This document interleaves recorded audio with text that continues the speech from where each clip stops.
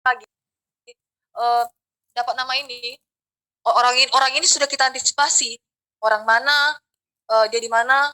Nah, makanya ada kita nanti DPO itu di manajemen penyidikan, di manajemen. Kalau Bapak bisa buka itu manajemen penyidikan polisian. Nah, itu siapa aja nama DPO-nya gitu kan, SD2HP gimana di sana. Pokoknya selagi masih kita bisa tangkap itu pengembangannya, pengembangan itu kita tangkap. Cuman karena keterbatasan dari personil, dari waktu untuk penangkapan, kadang kita nangkap udah 3 orang nih, terus orang keempat kita menangkap nih ternyata sudah kabur nih ke Jakarta. Kita kan butuh waktu timing nih. Sedangkan untuk yang nyidik anggota ini, nyidik orang ini siapa, siapa-siapa aja udah habis kan anggota untuk nyidik. Kalau kita tinggal nanti ketangkap sana orang ini kabur, gitu kan.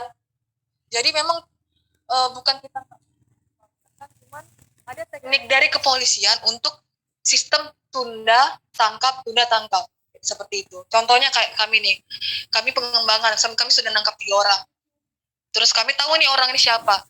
Nah, kami tunda dulu karena kalau kalau kita nangkap 1 orang aja bakal sudah rame di kalangan jaringan narkoba itu. Jadi mereka bakal lebih hati-hati lagi untuk menyimpan narkobanya. Makanya kita harus kasih kerenggangan untuk mereka untuk um, uh, bisa keluar dari sangkarnya.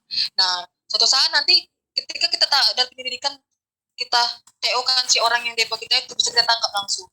Jadi pasti akan kita lakukan penangkapan untuk orang-orang yang sudah menjadi TO dari pengembangan tersebut. Cuman ada timingnya, waktunya, karena kita ada keterbatasan begitu Pak. Nah itu makanya perekrutan Polri ini gabung juga nih, bukan perekrutan Polri juga sering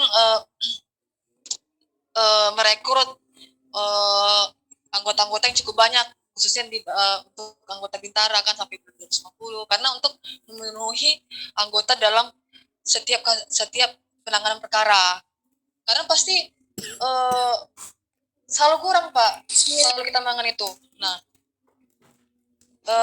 khususnya kayak kami nih, kami cuman di Polres ini cuman sekitar 1, 2, 3, 4, 5, 6, 7, 8, 9 10 lah, 10 ikut kasat, 1 KBO, 1 kasat, 8 anggota, 8. Kalau misalnya kita tangkap nih 3 orang, 3 nyidik ya kan, habis itu ada lagi yang tes urin, 2 orang misalnya kan tes urin, habis itu ada lagi yang ngurus pengembangan lainnya kan, habis jadinya. Kadang itu kendala kita di Polri ini Pak.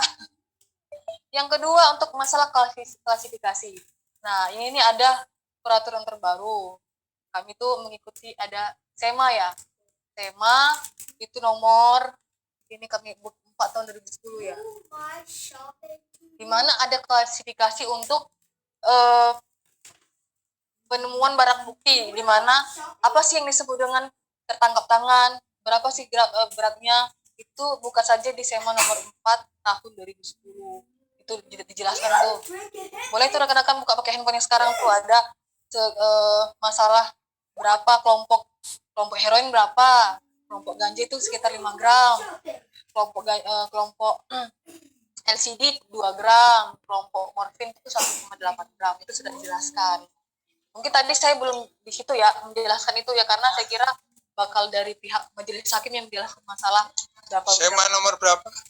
SEMA nomor 4 tahun 2010. Oh baik, terima kasih. SEMA nomor boleh dijelaskan? Apa ada itunya? Perubahannya ada ya nggak? 4 nomor 2010. Tapi menurut saya sih terakhir saya baca memang segitu. Nggak ada perubahan dari itu. Nah, dari kejaksaan juga ada juga saya lupa nomor berapa tuh, baru tahun 2021 ya, dia mengeluarkan juga, mengikuti juga SEMA juga, berapa gram-gramnya itu dijelaskan di situ, bahwa yang disebut dengan penyalahguna itu berapa gram itu dijelaskan. Coba rekan-rekan baca nanti supaya untuk pemahaman nanti kayak gitu. Untuk yang masalah yang dikurang-kurangin, aduh Pak, saya aja nggak berani ngurang-ngurangin gitu. Mungkin oknum gitu ya yang berani ngurang-ngurangin gitu ya, tapi selagi saya berdinas saya nggak berani lah untuk ngurang-ngurangin barang bukti lah. Itu kan sudah ranah pidana kan, mengurangin barang bukti. Kalau ada yang seperti itu ya oknum, tolong disampaikan siapa yang betul seperti itu. Tapi dari klasifikasi sih kalau misalnya kita lihat kalau sudah dia 5 gram lebih ke atas, 10 gram, menurut saya itu bukan untuk konsumsi pribadi saya, pribadi saja, itu mungkin ada dia mau ngasih ke orang atau dia menjual atau itu. Makanya kita dalam berita acara itu si tersangka itu harus menjelaskan secara detail apa penggunaan dari barang itu, untuk menjelaskan dari misalnya berapa jumlah barangnya tersebut. Kadang mereka dalam penyelidikan bohong-bohong kan, saya konsumsi pribadi nih, padahal sabu 10 gram. Sabu 10 gram kalau dimakan semuanya udah merasa kayak Tuhan jadinya kan, ngefly-nya gitu kan. Gitu. Tapi setelah dicek lagi dalam berita acaranya, dari saksinya, ternyata dari hasil chatnya, ternyata dia ingin mengedarkan barang itu karena ada transaksi jual beli di situ. Sering sekali seperti itu dalam penanganan kasus narkoba ini. Oke, silakan. Baik, terima kasih Kak Reka. Ingin sekali memang kita menjawab seluruh pertanyaan yang ada di chat Zoom ini, tapi karena keterbatasan waktu dan juga ingin berlanjut kepada materi berikutnya. Terima kasih Kak Ibda, Reka atas pemaparan materi, juga jawaban yang sangat lugas dan jelas ya. Semoga ini bisa jadi... ini Mbak Heni, makasih banyak ya. Mungkin aku kalau menjelaskan tidak sedetail mungkin, karena dalam penyelidikan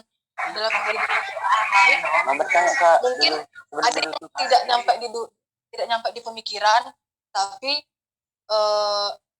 intinya kami mengupayakan supaya narkoba itu tidak sampai penyebarannya tidak luas lah intinya ya. Mudah-mudahan dari rekan-rekan setelah saya kasih paparan ini, kalau ada, jangan takut untuk melaporkan, karena itu untuk menyelamatkan generasi muda. Betul. Itu harapan kita bersama ya, Kak Reka ya. Harapan kita juga. Terima kasih kepada Kak Reka, dan selanjutnya akan kami serahkan sertifikat secara online kepada Kak Ibda Reka Giovanni atas kesediaan waktunya, kemudian pemikiran, juga ilmu yang diberikan pada pagi hari ini yang akan diberikan. Sekaligus kita akan dokumentasi ya Kak Reka ya, izin. Oke, dipersilakan kepada tim multimedianya untuk share screen penyerahan sertifikatnya kepada Kak Ibda Reka Giovanni.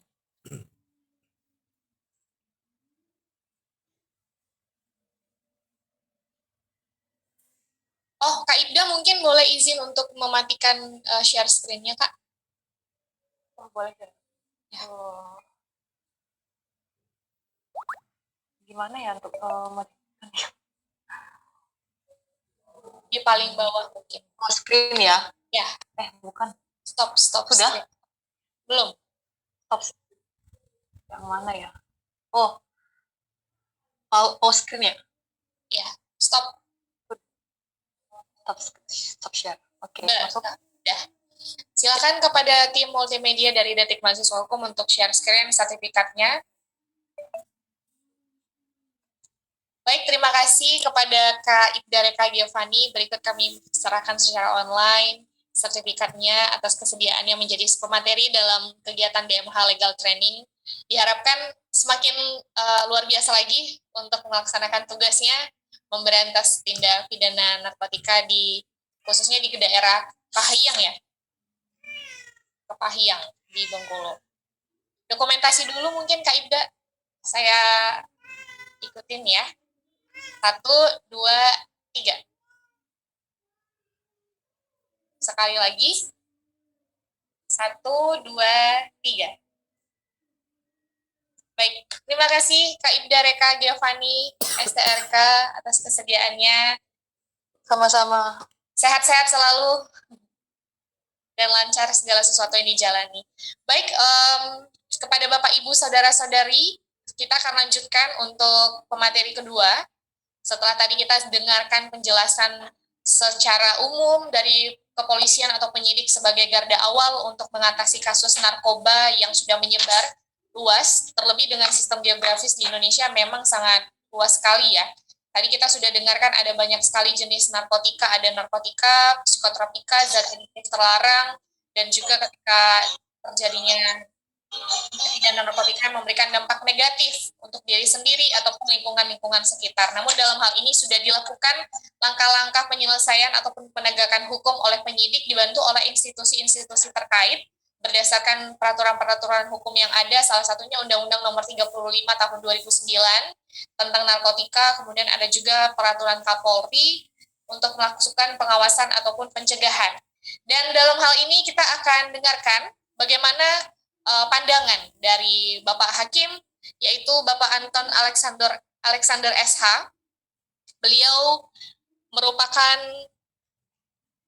saat ini menjadi juru bicara juga Pengadilan Negeri Kepahyang dari 2020 sampai dengan sekarang, juga menjadi Hakim Pengadilan Negeri, kemudian pernah menjabat sebagai calon Hakim Pengadilan Negeri Lubuk Pakam, calon Hakim Pengadilan Negeri Kepahyang, dengan riwayat pendidikan merupakan lulusan dari Universitas Bengkulu dan juga mahasiswa pasca sarjana Universitas Bengkulu dari 2021 sampai sekarang, artinya masih menjalani program S2 ya, Bapak Anton ya. Dan juga menjadi diklat calon hakim di tahun 2018 sampai dengan 2020, menerima sertifikasi mediator, sertifikasi hakim anak, teknik menyusun abstrak keputusan pengadilan, kemudian kupas tuntas pasar modal Indonesia di tahun 2021, juga sering melakukan pelatihan teknis yudisial, tindak pidana narkotika bagi hakim, peradilan umum dan peradilan militer seluruh Indonesia, juga pelatihan berkelanjutan bagi hakim tingkat pertama, peradilan umum seluruh Indonesia. Beliau adalah Bapak Anton Alexander SH. Halo, selamat pagi menjelang siang Bapak Anton. Selamat siang Ibu dan rekan-rekan sekalian. Gimana kabarnya Bapak? Puji Tuhan sehat. Sehat ya. Dan lanjut langsung saja, saya persilakan waktu dan ruang Zoom untuk Bapak menjelaskan pemaparan materi terkait materi tema kita siang hari ini. Selamat pagi, salam sejahtera untuk kita semua. Shalom, Assalamualaikum warahmatullahi wabarakatuh. Yang saya hormati, Presiden Direktur dari DMH, para pengurus, lalu Ketua Panitia, Ketua Penyelenggara, dan rekan-rekan peserta sekalian yang berbahagia. Saya tidak lagi memperkenalkan diri, tadi sudah diperkenalkan oleh moderator. Terima kasih untuk undangan dan kepercayaan kepada saya untuk menyampaikan materi pada hari ini. Sudah terlihat screen capture. Sebelumnya saya cek sound dulu, terdengar suara saya? Ya, jelas Pak, jelas. Tak terdengar. Mantap. Iya. Lanjut ke materi ya, kita langsung dengan judul Penegakan Hukum dan Peran Penyidik serta Masyarakat dalam Pemberantasan Narkotika dan Psikotropika. Ada kelebihan satu. Ya. Lanjut.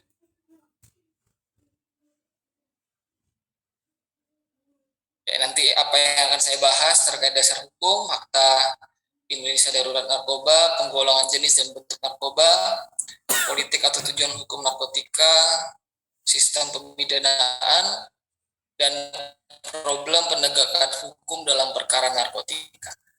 Ya, lanjut.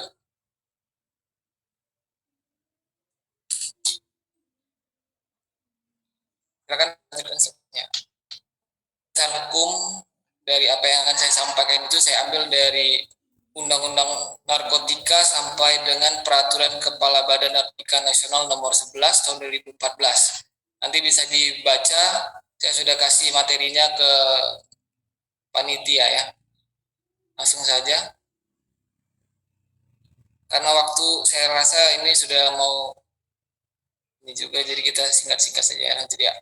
Fakta Indonesia Darurat Narkoba ya. Tadi sudah disampaikan oleh Ibu Reka bagaimana Indonesia sudah darurat narkotika ya. Jaringan internasional yang ada di Indonesia itu dari Afrika Barat, Iran, Tiongkok, Pakistan, Malaysia, dan Eropa. Dan saya membaca di beberapa media ada jaringan internasional yang ada di Indonesia menurut penyelidikan dari BNN. Lalu dukungan modal, jaringan narkoba itu modal yang sangat besar. Kemudian jalur masuk, tadi juga disebut Bu Reka, bahwa jalur masuk dari pelabuhan-pelabuhan tikus itu banyak. Ketika saya bertugas di Lubuk Pakam, itu banyak sekali jalur-jalur pelabuhan-pelabuhan yang tidak resmi yang bisa oleh para pengedar untuk memasukkan narkobanya ke Indonesia ya. Kemudian aksi narapidana dan jaringan di dalam lapas. Memang ketika sudah dihukum, ketika sudah dijatuhi pidana maksimal, pidana mati pun, pelaku atau orang-orang yang ada di dalam lapas masih bisa mengendalikan jaringan dan peredaran gelap narkotika di luar lapas itu sendiri. Kemudian ada indikasi proxy war. Jadi memang perang yang terjadi di sekarang ini bukan perang seperti yang di Ukraina dengan Rusia, tapi perang modern sekarang ini dengan banyaknya barang bukti yang ditemukan oleh BNN tidak lagi 1 atau 2 gram, tapi sudah menyampai berat yang tontonan seperti itu. Kalau 1 gram aja bisa membuat 5 orang teler, kalau 1 ton itu bisa ada berapa banyak orang yang akhirnya mengalami dampak yang besar akibat narkoba ini. Lanjut.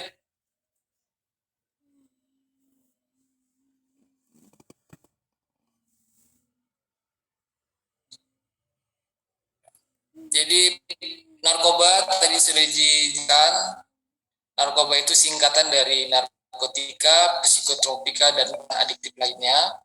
Langsung saja lanjut. Pengertian nanti bisa dilihat di bahan yang sudah saya bagikan.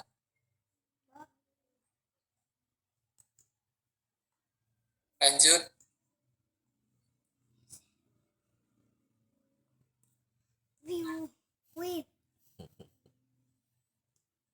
Ya, psikotropika, zat adiktif. Lanjut saja. Ya. Jadi kalau kita lihat penggolongan narkotika ya, di dalam undang-undang narkotika itu ada 3 golongan. Golongan 1 itu hanya untuk digunakan untuk kepentingan kesehatan, kepentingan penelitian.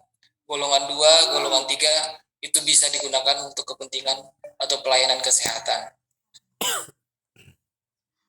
Lanjut saja. Nah, yang saya tampilkan di sini menurut data yang dilakukan oleh BNN, 3 jenis narkoba yang paling sering digunakan itu adalah sabu, ganja, dan ekstasi.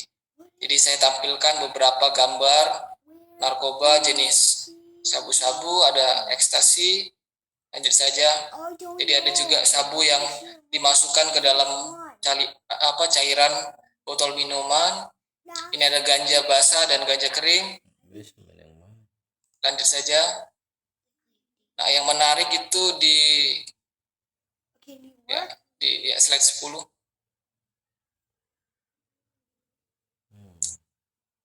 Slide 10. Ya, ini tembakau cap gorila ya.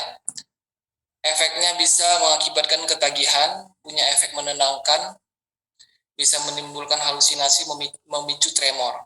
Jadi kalau ada kelangkaan ya ganja di masyarakat, nah tembakau cap gorila ini bisa digunakan untuk mengganti efek seperti ganja, tapi tidak sama. Karena kalau saya baca di beberapa berita, orang-orang yang menggunakan tembakau gorila ini katanya lebih enak mereka menggunakan ganja.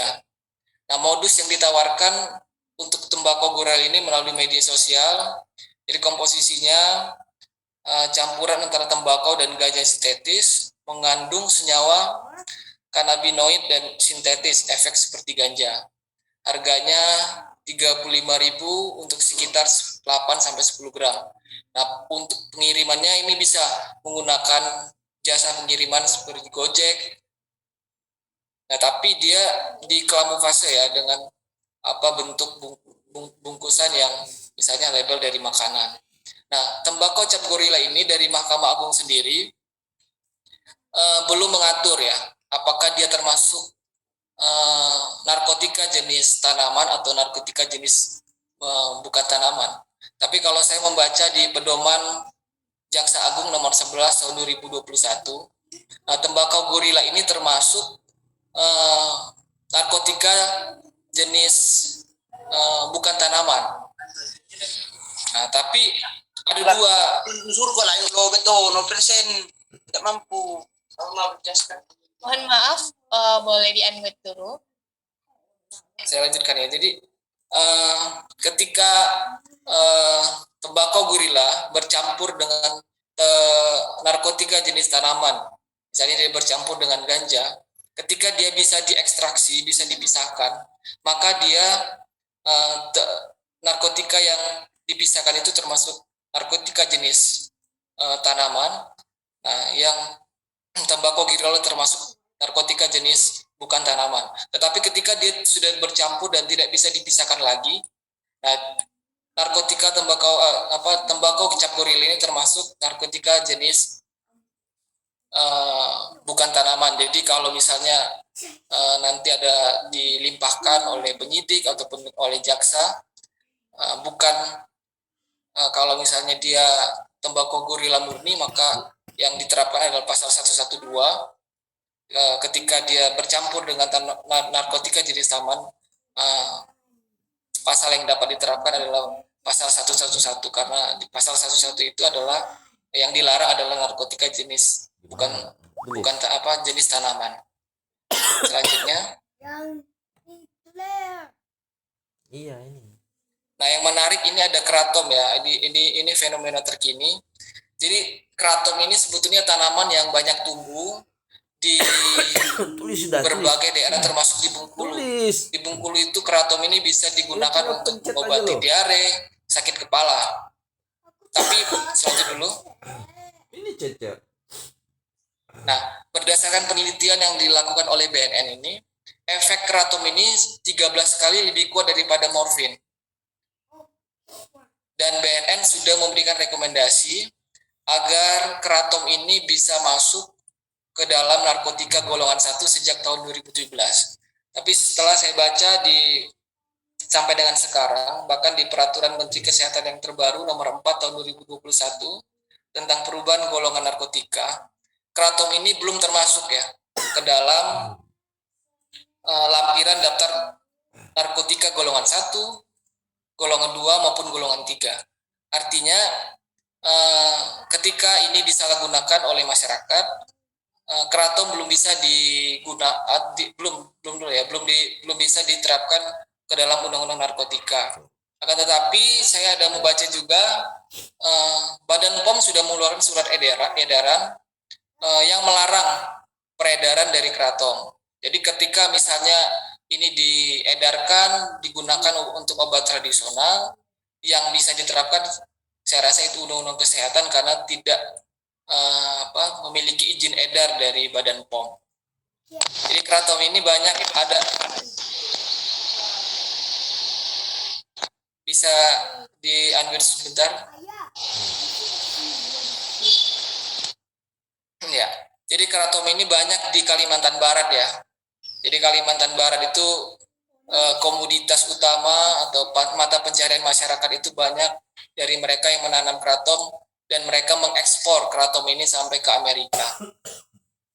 Nah, gitu ya. Lanjut.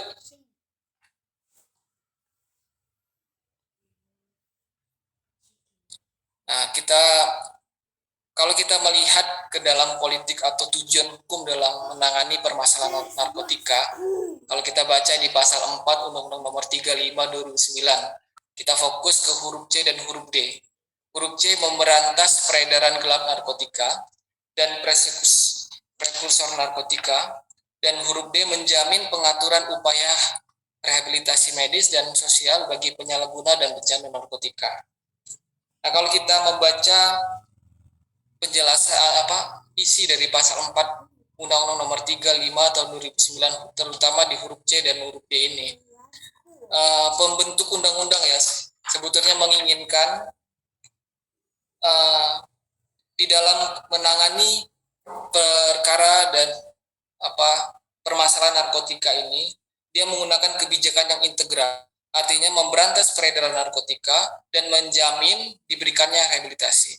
Artinya para pengedar dijatuhi hukuman pidana penjara, bahkan hukuman pidana mati dan bahkan seumur hidup, dan kepada penyalahguna itu diberikan rehabilitasi.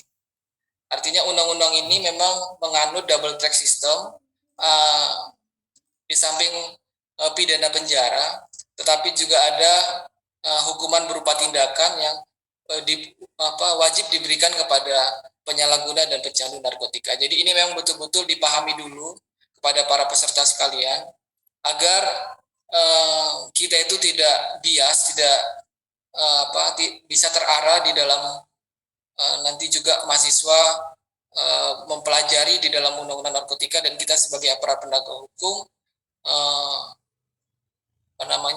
menyelesaikan terkait perkara tindak pidana narkotika ini. Lanjut.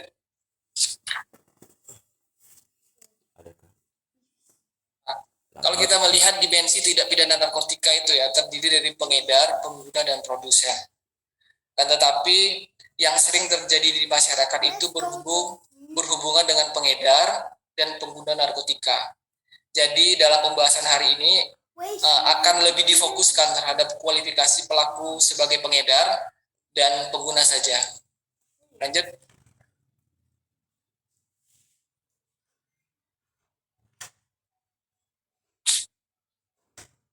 Lanjut. Ya. Jadi secara implisit dan sempit dapat diartikan pengedar narkotika atau psikotropika adalah orang yang menyalurkan dan menyerahkan narkotika atau psikotropika. Nah, secara luas, pengertian pengedar itu berorientasi kepada penjual, pembeli untuk diedarkan, mengangkut, menyimpan, menguasai, menyediakan, melakukan perbuatan mengekspor dan mengimpor narkotika dan psikotropika. Nah, dalam ketentuan Undang-Undang Narkotika, pengedar itu diatur dalam pasal 111, 112 sampai dengan 125, dan dalam Undang-Undang Psikotropika nanti akan kita bahas juga di pembahasan selanjutnya, ada di dalam pasal 59, pasal 60, dan pasal-pasal lainnya. Lanjut. Dalam Undang-Undang Narkotika, pengguna itu ada beberapa terminologi ya. Ada pecandu narkotika, ya, menggunakan narkotika dia dalam keadaan ketergantungan. Kemudian pengguna narkotika, dia menggunakan narkotika tanpa hak dan melawan hukum. Korban penyalahguna, dia tidak sengaja menggunakan narkotika karena dipaksa, karena ditipu daya, kemudian karena dibujuk. Kemudian pasien sebagai orang yang berdasarkan indikasi medis dapat menggunakan dan dapat memiliki dan menyimpan, membawa narkotika golongan 2 dan golongan 3 dalam jumlah terbatas dan sedia tertentu. Jadi nanti akan saya bahas juga bagaimana orang yang membawa narkotika itu ada yang diperbolehkan, dan ternyata undang-undang kita juga mengizinkan. Kemudian mantan pecandu narkotika itu orang yang telah sembuh ya, berdasarkan penjelasan pasal 58 Undang-Undang Narkotika. Lanjut saja.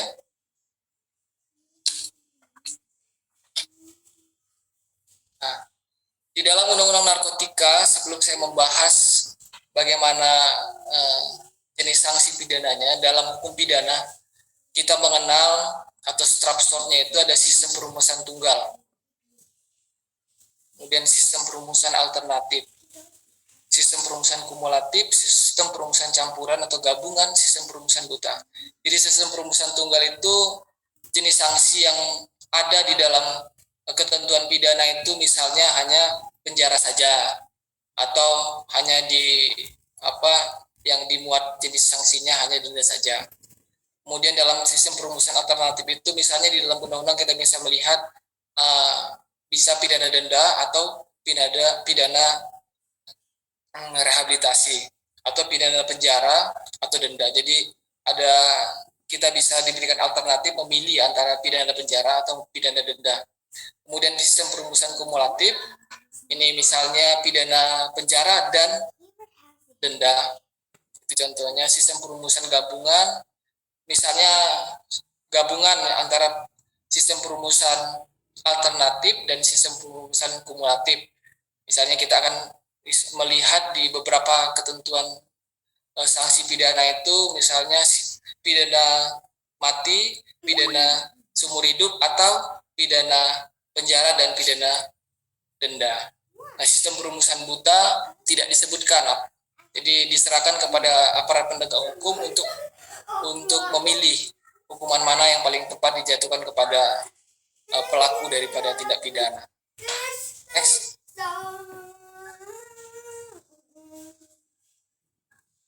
Nah, kita akan membahas juga di dalam ilmu pengetahuan hukum pidana, perumusan lamanya sanksi pidana atau rahmatnya itu juga berdasarkan teorinya.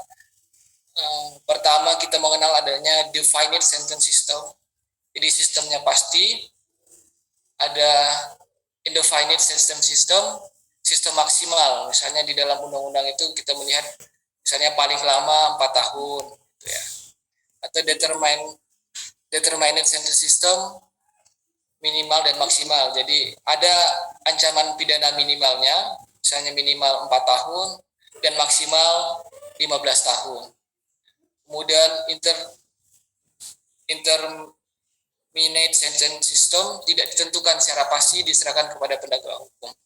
Artinya tidak disebutkan berapa lamanya penegak hukum diberikan kewenangan dalam menentukan lamanya sanksi pidana yang dijatuhkan kepada pelaku daripada tindak pidana.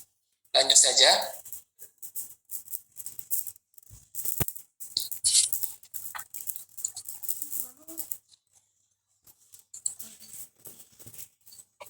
Ya. Jadi dalam tindak pidana narkotika, sebagaimana tadi saya sampaikan di awal, yang akan kita fokuskan dalam pembahasan kita pada hari ini adalah penggedar dan pengguna. Kalau kita lihat di dalam undang-undang narkotika dan psikotropika, di dalam pasal 101, 112 dan 113, dan yang sering digunakan itu 114 ya. Kemudian di dalam undang-undang psikotropika ada dalam pasal 59, pasal 60, pasal 61 dan 63. Di dalam dan kualifikasi sebagai pengguna itu diatur dalam pasal 116, 121, 126, 127 dan seterusnya sampai di dalam undang-undang psikotropika dalam pasal 36, pasal 3 sampai dengan pasal 41, pasal 59 dan pasal 62 undang-undang psikotropika. Lanjut saja. Mohon maaf Pak, yang tersisa ada 5 menit lagi mungkin. Oh gitu ya. 20. Ya, saya singkat aja. 5 menit lagi ya. Ya, kalau di dalam strukturnya ya, jenis pemidanaan di dalam undang-undang narkotika itu ada perumusan kumulatif. Bisa dilihat di dalam slide yang saya tampilkan. Kemudian ada perumusan kumulatif dan alternatif. Lanjut saja, karena waktunya kita selamat pengedar, ya sistem maksimum dan sistem minimal dan minimal dan maksimum. Lanjut. Saya rasa yang penting saja ini, lanjut saja karena 5 menit lagi. Lanjut. Nah, kebijakan global ini sudah ada ya. Pada intinya terhadap penyalahguna narkotika harus direhabilitasi. Next. Nah, ini yang akan saya bahas, keadilan versus kepastian hukum ya. Di dalam pasal 111 dan pasal 112 itu sudah diatur ketika seseorang memiliki, menguasai, diancam dengan pidana minimal 4 tahun, maksimal 12 tahun. Lalu di pasal 127 ya, setiap penyalahguna ya itu ada ancaman pidananya narkotika golongan 1 maksimal 4 tahun, narkotika golongan 2 maksimal kalau nggak salah 3 tahun, narkotika golongan 1 itu 1 tahun ya. Nah, undang-undang narkotika tidak memberikan batasan tahu next kan dulu. Nah, di dalam undang-undang narkotika tidak memberikan batasan yang jelas apakah dia menggunakan narkotika untuk memiliki ataukah dia membeli narkotika itu untuk dia miliki. Artinya tadi seperti yang saya bahas di awal, orang yang menyalahgunakan narkotika itu undang-undang menjamin untuk diberikan rehabilitasi. Akan tetapi berdasarkan pasal 127, ketika orang yang menyalahgunakan narkotika ada ancaman pidana 4 tahun yang diberikan kepada penyalahguna narkotika. Next dulu. Ya, ini tadi yang saya sebutkan ya. Saya ulangi tadi, narkotika golongan 2 itu maksimal penjara 2 tahun dan golongan 3 1 tahun. Nah, next dulu, terus lanjut ke bawah dulu. Ya, jadi dalam pasal 112 dan 111 itu hanya memberikan batas atas, yakni melebihi 1 kilogram atau 5 batang pohon tanaman ganja, serta 5 gram untuk narkotika jenis bukan tanaman ya, sehingga tidak ada batas bawah. Bagaimana ini ya, dakwaan penuntut umum hampir selalu menggunakan pasal 112 atau pasal 112. Bagaimana pidana dengan barang buktinya di bawah 1 kilogram, di bawah 5 gram untuk misalnya narkotika jenis sabu. Untuk menggunakan unsur penyalahguna selalu melewati memiliki, menyimpan, menguasai, menyediakan, menanam, memelihara, sehingga undang-undang gagal membedakan antara memiliki untuk memiliki atau untuk menggunakan. Lanjut. Nah, lanjut. Nah, solusi yang akibat adanya pertentangan yang saya sebutkan tadi ya, di dalam penjelasan atau di dalam tujuan yang ada dalam undang-undang narkotika menghendaki agar penyalahguna itu direhabilitasi. Akan tetapi undang-undang narkotika sendiri tidak memberikan patokan bagaimana orang ditetapkan sebagai penyalahguna. Sehingga Mahkamah Agung mengeluarkan SEMA nomor 4 tahun 2010 dan SEMA nomor 3 tahun 2011. Ketika misalnya seseorang tertangkap dalam tindak pidana narkotika memenuhi SEMA 4 2010, misalnya dia tertangkap pada saat ditangkap oleh penyidik BNN maupun oleh penyidik Polri, kemudian ditemukan barang bukti pemakaian 1 hari pakai. Jadi di dalam SEMA ini ditentukan misalnya ketika dia menggunakan ganja, barang bukti ganjanya tidak lebih dari 5 gram, untuk sabu itu tidak lebih dari 1 gram.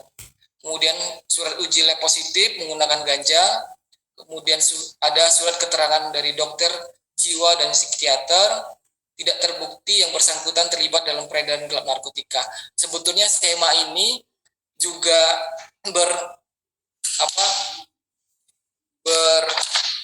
bersesuaian dengan peraturan yang dikeluarkan oleh BNN. Jadi ketika BNN itu menangkap ya, atau penyidik narkoba, res narkoba menangkap, di dalam undang-undang narkotika itu dia punya waktu 6 hari. Jadi waktu penangkapan itu berbeda dengan undang-undang yang ada di dalam hukum acara pidana. Jadi di dalam undang-undang narkotika itu waktu penangkapan itu 6 hari. Nah, waktu 6 hari yang ada itu sebetulnya bisa dimanfaatkan oleh penyidik BNN maupun penyidik dalam res narkoba untuk mengusulkan dilakukannya asesmen dari tim asesmen terpadu. Jadi nanti hasil asesmen itu dilampirkan di dalam berkas ketika dilimpahkan oleh penyidik kepada kejaksaan, dan ketika di persidangan hasil asesmen inilah yang dijadikan dasar pertimbangan bagi hakim menjatuhkan bahwa pelaku ini diberikan rehabilitasi. Lanjut.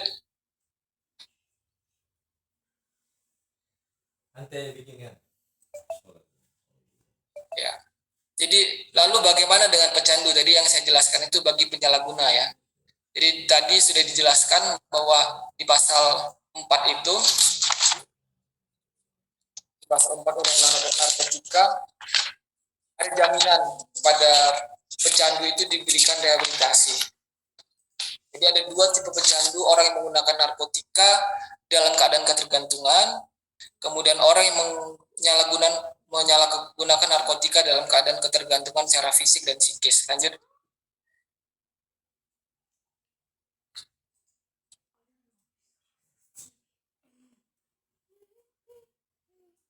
Ya. Jadi kepada pecandu itu dikategorikan sebagai pecandu yang mempunyai legitimasi untuk mempergunakan narkotika.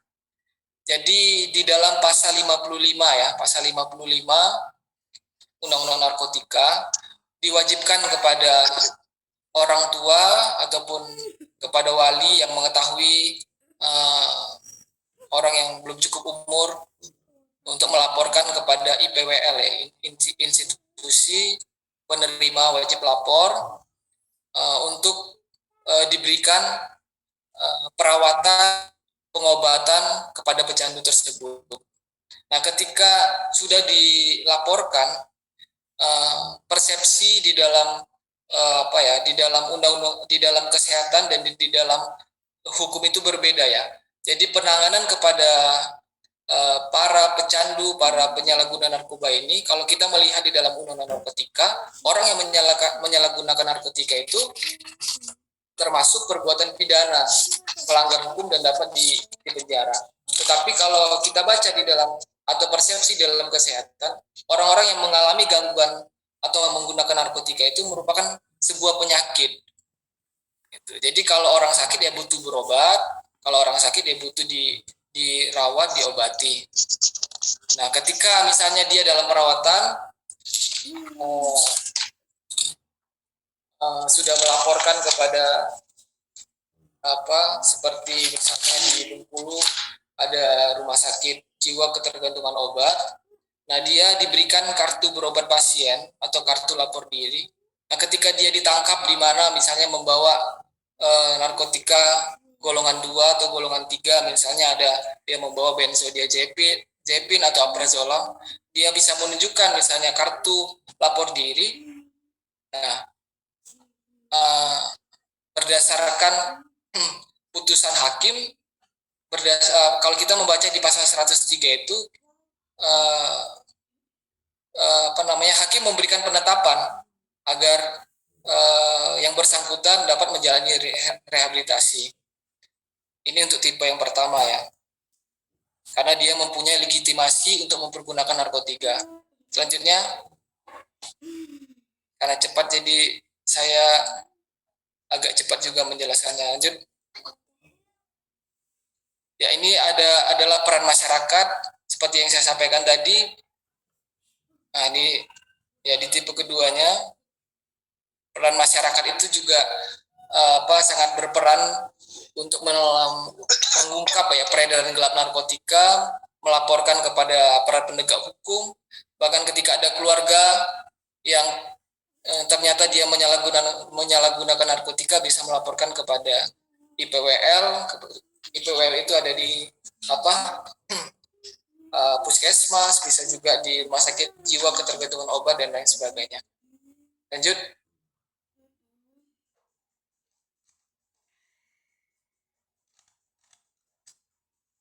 Lanjut.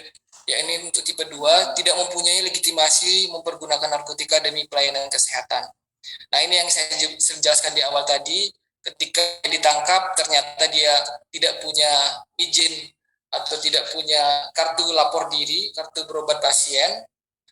Nah, ketika dia ditemukan, ketika tertangkap tangan, barang buktinya relatif kecil, kemudian dilakukan asesmen dari tim asesmen terpadu yang terdiri dari aparat penegak hukum berupa jaksa, polisi, Bapas, BNN, dan ada juga tim dari kedokterannya, dari dokter dan psikolognya, dan hasilnya itu ternyata dia adalah pecandu. Nah, hakim membuat putusan bahwa yang bersangkutan menjalani rehabilitasi yang dalam jangka waktu maksimal yang sama dengan jangka waktu dalam penjara sebagaimana dalam pasal 127 Undang-Undang Nomor 35 Tahun 2009. Lanjut.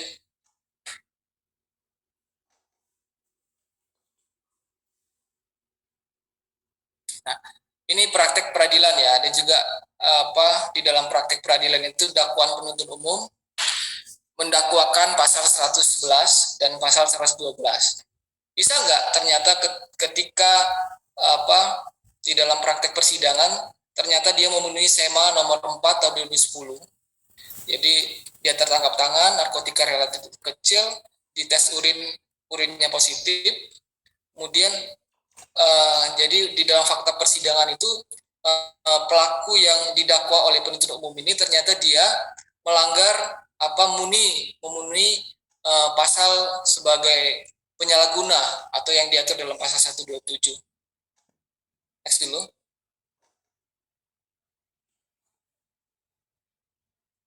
Jadi kuncinya itu ada di asas litis contestantio, hakim terikat dalam surat dakwaan. Jadi kalau kita baca di pasal 182 itu, dalam musyawarah hakim yang dilakukan oleh majelis hakim itu, dasar musyawarah itu haruslah terkait dalam atau unsur-unsur yang ada dalam surat dakwaan. Judek ne procedet ex officio, sikap hakim itu pasif dalam proses penuntutan. Jadi proses penuntutan kalau di dalam KUHAP kita yang sekarang tidak bisa hakim itu mencampuri jaksa penuntut umum. Kita juga mengenal adanya asas dominus litis. Jadi jaksa itu pemilik perkara. Jadi majelis hakim tidak bisa mencampuri surat dakwaan apapun yang disajikan ataupun yang dibuat oleh penuntut umum ya, itu yang akan kita sidangkan. Jadi solusinya next.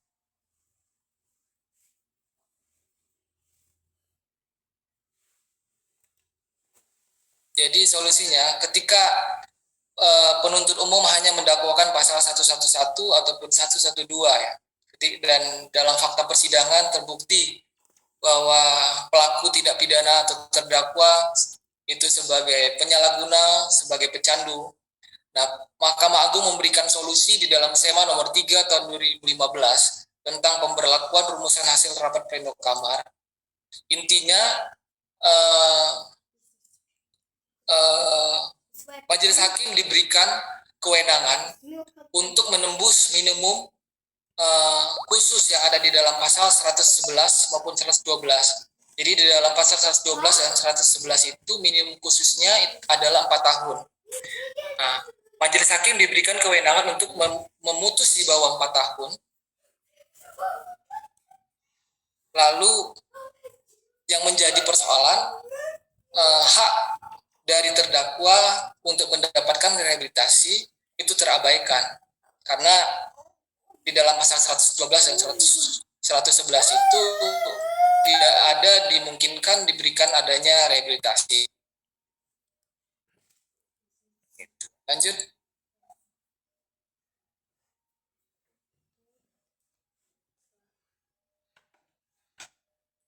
Lanjut. Ya, ini daftar bacaan bisa dibaca di ini terakhir. Seluas-luasnya pikiran manusia pasti lebih luas ilmu pengetahuan. Sekian dan terima kasih. Itu saja yang dapat saya sampaikan. Saya serahkan kepada moderator. Kita bisa lebih membahasnya ke diskusi karena kita terbatas terkait dengan waktu. Jadi kalau ada yang akan ditanyakan dipersilakan. Baik, terima kasih kepada Bapak Anton Alexander atas pemaparan materinya yang kurang lebih tadi disampaikan berdasarkan dasar hukum ya, kemudian politik dan tujuan daripada pembentukan hukum penanganan kasus narkotika yang ada. Bapak, Ibu, dan saudara-saudari yang berada di ruangan Zoom ini, saya persilakan kalau memang ada yang ingin didiskusikan melalui pertanyaan, boleh disampaikan dengan kolom chat di Zoom atau raise hand untuk saya persilakan untuk memberikan pertanyaan secara langsung kepada Bapak Anton Alexander. Apakah ada?